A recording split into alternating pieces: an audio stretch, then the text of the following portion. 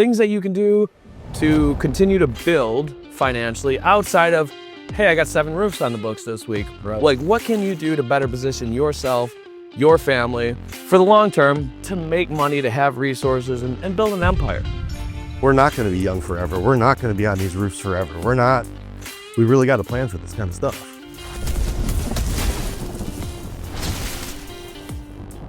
Welcome back to another episode of Mission Control Podcast. We've got a beachside chat with my guy, Eric Reno, from Paramount Roofing. Listen, we're going to talk about some shit that nobody else is talking about. And I know every content creator says that. And look, I'm just a guy that does marketing. I know some smart people. Eric's one of them. So I wanted to let him impart some of his knowledge on some things you might not be thinking about with you today. Thanks for tuning in. Appreciate the team over at Roofing for help making this happen. CRM, roof quotes, instant roof quotes. Anything you need, clean and pristine proposals. They'll give you your customers or prospects no choice but to buy from you. Click the link down below. What's up, E? What's up, brother? Yo, listen, we got the sand between our toes. Actually, we're really hoping not to have sand between our toes. That gritty feeling, there's nothing worse than that for me. Besides seeing marketing companies take advantage of people, but that's going to be for another topic for another day. Absolutely. So we were having a conversation last night, and it was around financial literacy and things that you can do to continue to build financially outside of, hey, I got 7 roofs on the books this week. Right. Like, what can you do to better position yourself, your family, for the long term, to make money, to have resources, and build an empire? And it resonated with me, and I think it'll help a lot of people that are watching today. So, balls in your court. What are some of the things that you do or have done, aside from putting money into a checking and savings account, that has helped you realize more money? Yeah, I think I feel like there's so much content and there's so much stuff out there about making the money. But once you make the money, you become a little bit successful, right? Have a little bit of freedom. What do you actually do with the money, and how do you park it, right? Like, there's the taxation side where it's like, hey, I need to learn about taxes and how the tax codes work. And then there's like the investment side. How do I invest money, short-term, long-term? It's kind of like content, right? Like, I'm making short-term content for one reason, long-form content for another reason. And the way you use the money and places you put the money all impact your future. So if we're saving money, like what I've done my whole life is real estate, right? Whether it's flipping houses, buying rentals, single family, commercial, industrial, have a little bit or have done them all. And they all have different pros and cons. Airbnbs, similar thing, right? Like, we both have an Airbnb. We both are part of that business model. And it's hard for people, I think, to get out of that roofer mindset where it's like, well, I'm going to buy a house and I'm going to Airbnb it, or I'm going to rent it, and I'm going to only make $10,000, $15,000 a year. Why don't I just sell one more roof and I can do the same thing? Right? Well, it's not about the cash flow. It's about buying assets. Somebody else is paying them down, and when they're paid off, you can refi them, or before they're paid off, you can refi them, take money out of the bank and go buy more. Or you have this little poker chip sitting there that you can cash in at any time, right? For 150, 200, 300, 600,000. And you accumulate more poker chips, and that's how that's done. And then there's the deeper stuff where we talk about like IRAs and whole life plans and term life plans and in different ways. So it's really about that, building that foundation, right? Like, what do you do with the money? To that point, and those are all very good points. So I want to acknowledge that. You made an analogy that I think would help paint a very clear picture for the people watching, as far as a foundation, walls, roofs. Well, so I always call like Paramount it's the foundation, right? It's if we think of building a house without a foundation, there's no point of putting walls or a roof on, right? So Paramount is my foundation. It's strong, it's healthy, everything's together. So because it's strong and healthy, now I can start building walls, right? Which are different investments and different ways of making more money or creating wealth. So I would put real estate in there. I would put some stock in there, 401k in there, IRAs in there. And then there's like the roof portion. The roof portion would be like whole life policies, where it's like, hey, I'm insuring everything under my roof, that if something happens to me, I have a will, I have a trust, I have my life insurance. My family's not going to, if something happened to me tomorrow, they're not going to starve. All the stuff in my bank account's not going to go to probate court. my employees can continue to work and continue to get paid, because if something happened to me tomorrow, even if I didn't die, if I was Like incapacitated. incapacitated, yeah. What happens to your company's money, right? Like, we're in one of the most dangerous industries there is. What if I'm just doing a simple inspection or just, climbing up on a roof to shoot content? Something happens to me and I can't make decisions. Well, how does that money get dispersed? Now, your employees are going to feel bad for a little while, right? And they're going to continue to work. But when the bank accounts are frozen and nobody can get into it because nobody else has a power of attorney or privileges to get in your bank account, what happens to your company? It's going to slowly, like, people are only going to work for free for feeling bad for so long, right? Right. So, you hear terrible stories about stuff happening to people, and they don't have their stuff in wills. They don't have their stuff in trust. And what I see is you're building a house with a sand foundation, you're putting walls and a roof on it, and now that thing's tilting or breaks because the foundation was never corrected or built. Huh. What made you think through this lens? Like, was there a specific instance that you can point to?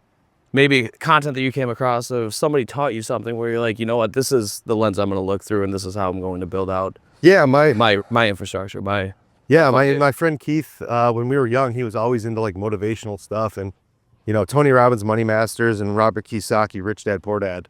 Like, reading those changed my life. And then I went to one of Tony Robbins' events, and I got to do the fire walk and stuff like that, and it just unlocked a lot of things. And then getting mentors, my real estate mentors, getting into the financial, my old accountant or bookkeeper, he was always like, oh, one day you're going to be Donald Trump, you're going to own all this. And he was a very animated guy. He's like, you better get your shit together and you better get your books right.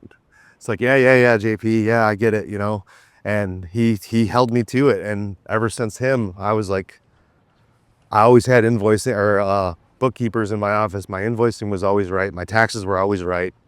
Like, I don't like paying taxes, but it's a privilege to pay them because I can go to the bank at any time and ask for anything and I can just get it, right? I don't have to go through a tedious process of them examining my whole life.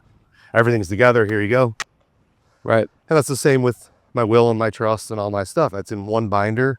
It's in a place where everybody knows it is. And if something was to happen, it's like, here's everything. This is everything in my life.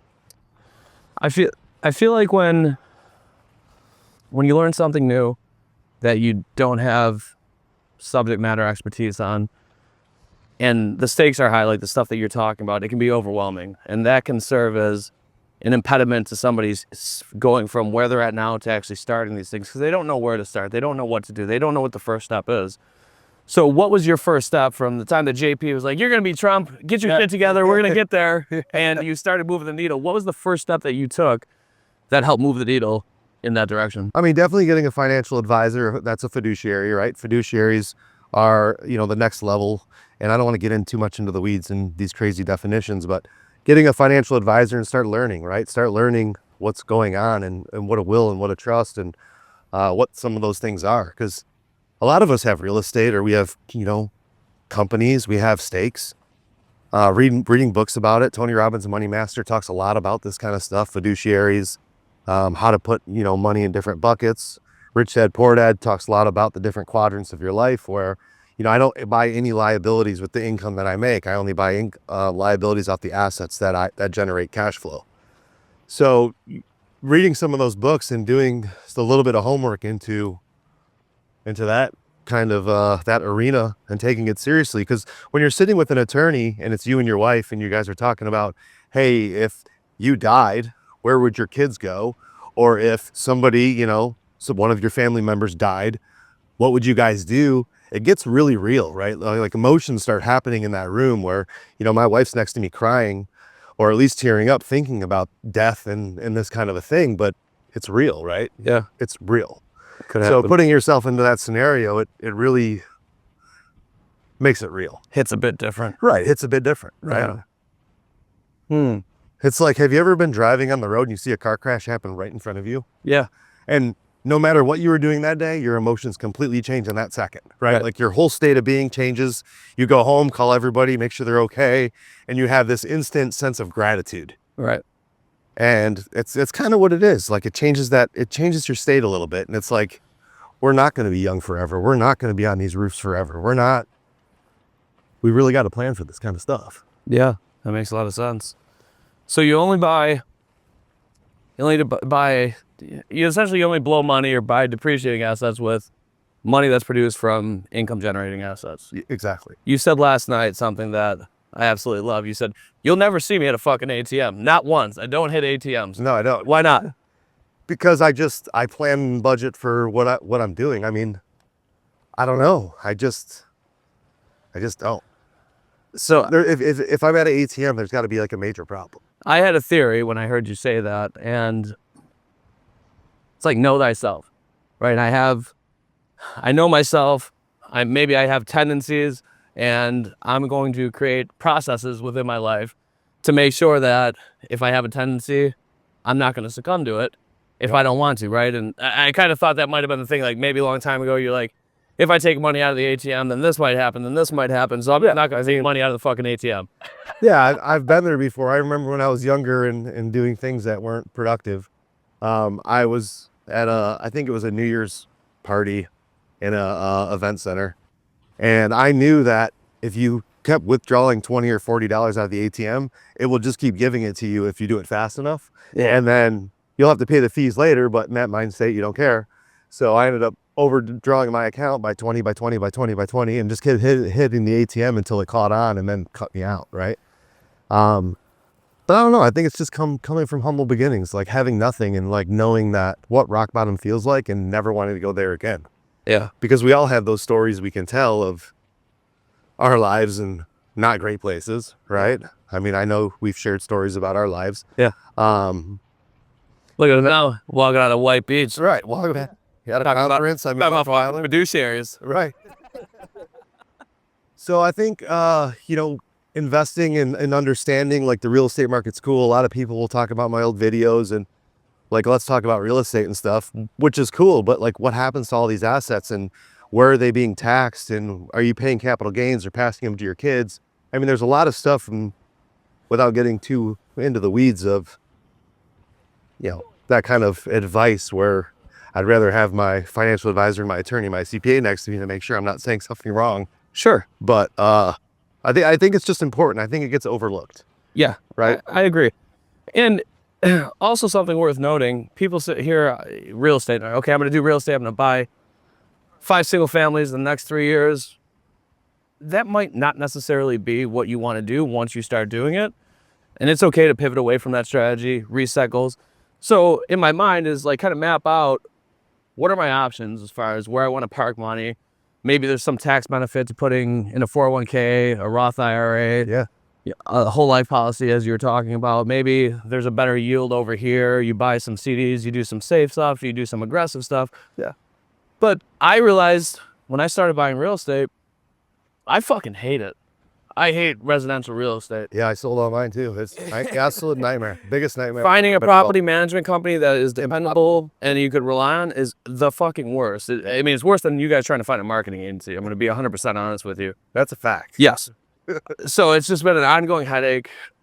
The Airbnb thing, it's worked out decent, but also, had a flood within a year of purchasing it where there wasn't a flood in 100 years. Yeah. So dealing with that headache. So I'm going through a claims process, guys. So if you got any tips, drop them in the comments below. So, you have a plan, then you get punched in the mouth, right? And that's when everyone has a plan until that happens. Now you're trying to figure out where do we go from here? But there are so many different opportunities and ways and that aren't obvious if you have somebody who is a professional, like a financial advisor, a good CPA, good attorneys for wills, estates, trusts, where you can protect yourself, you can protect your family, you can build a secure net for everybody that you wouldn't otherwise know if you didn't take that first step. Yeah. And learning, like we put so much into learning how to get leads and KPIs and how to train salespeople and sales processes. Like we're spending so much time into that, but it's like, what about the other stuff, right? Like the dark stuff on the side. And I think that's just a big thing that's missed, right? Like let's chase opportunity, but now let's not protect our foundation. It's kind of backwards. And until you're in the position where you need it, it's just behind you, It's the gutters of the home. You got to have gutters. Yeah, it's the gutters. Carry the water away from the foundation. Absolutely. Yeah. Huh. I don't know. I try to help a lot of my guys, and I have my financial advisor come at least once a quarter and do a little presentation about, investing into the company, and we match. We do a lot of matching and encourage the investment side of the world. But I don't know, it's always a lot of go, right? And to stop and think like, hey, everything that we're building is very vulnerable unless we protect it and we build this strong foundation. Yeah, and I think that not only is it worth looking into, like for you and your family, but to your point about exposing people that otherwise might not be thinking about that stuff to it within your company, it really shows that you care. Yeah. And you want to give them the best life for them and their family. Also, one of the things that when I was like 21, 22, I started contributing to my 401k. One of the things that made me do it was doing like a retirement calculator. Yeah. How much am I going to need to retire? If I start investing this now at this annual yield, what does that look like in 46 years when I retire? Or Right. 42 years. And you'd be surprised. It's not what you think. So I feel as if a lot of people get kind of defeated if they think, okay, I can only put away $100 a month or $150 a month or $300 a month. But when that shit starts to compound over time, Yeah. it's a lot of money. And the power of compounding, and Tony Robbins Money Masters, I keep going back to that because that's really There'll be a link down in the description. or in my thoughts, but he talks about the power of compounding. If you look at an investment and it's like, hey, it's 7%, is the average percentage per year. If we're getting 7%, well, every time I put $100 in, I get $7. That's not that attractive. That's not sexy, right? But if you start compounding that, where it's like, okay, now it's 107, now that compounds, now it's 100, and 16 or you keep doing the math, right? And it compounds over time, then you have something that's substantial. And I know in roofing world, especially, it's hard to, because we make, and it's not just the money we make, but it's the revenue that we can do and how fast we can do it if you're running a solid company, right? Yeah. So it's like, again, back to the Airbnbs, I'm going to buy a $400,000, $500,000 Airbnb. I'm going to make all this money. And you're not really going to create cash flow off one. Now, when you get into 10 and 15, sure. But still, somebody else is paying down that poker chip where you can turn in that $400,000 house in any time and it's free. Right. So it's a little bit of like bending the mind to, here's our quick form is keep doing more roofs. Here's our long form is create this. It's just so tough when you're making such substantial, large sums of money in a day, 2 days, a week. Well, you think you are because Right. it's relative, right? Like, Of course. if you go talk to somebody that's super successful, you're making peanuts, right? They wouldn't even think about going to sell a roof to make $5,000 in a day because it's not worth their time. Right. So it's very relative. It is. So when guys are doing a couple million and they show up in a nice car or sporting nice clothes, I did this. I made this mistake. I don't know if I've ever told this story. So when I was a sub, I was still making good money, but I ended up buying a brand new 2011 Cadillac ATS. And I had no business buying it. My house was like 800 square foot, but I had this nice brand new black Cadillac. And I pulled up to this roofing conference, which was just one in my local city, bumping music. I was young. I had a Cadillac cigar in my mouth. I thought I was Rick Ross, right? And one of the guys that I respected that runs a bigger company, he's like, who are you trying to impress? He's like, like all of us can buy that. Like, and I just, the way he said it, like, I don't know how he said it, but it's like, if Donald Trump came and parked a plane right here, like we'd be impressed. But if like Bill Gates and Elton or Elon Musk were all standing here, I'd be like, oh, nice plane. No big deal, right? Like it's all relative.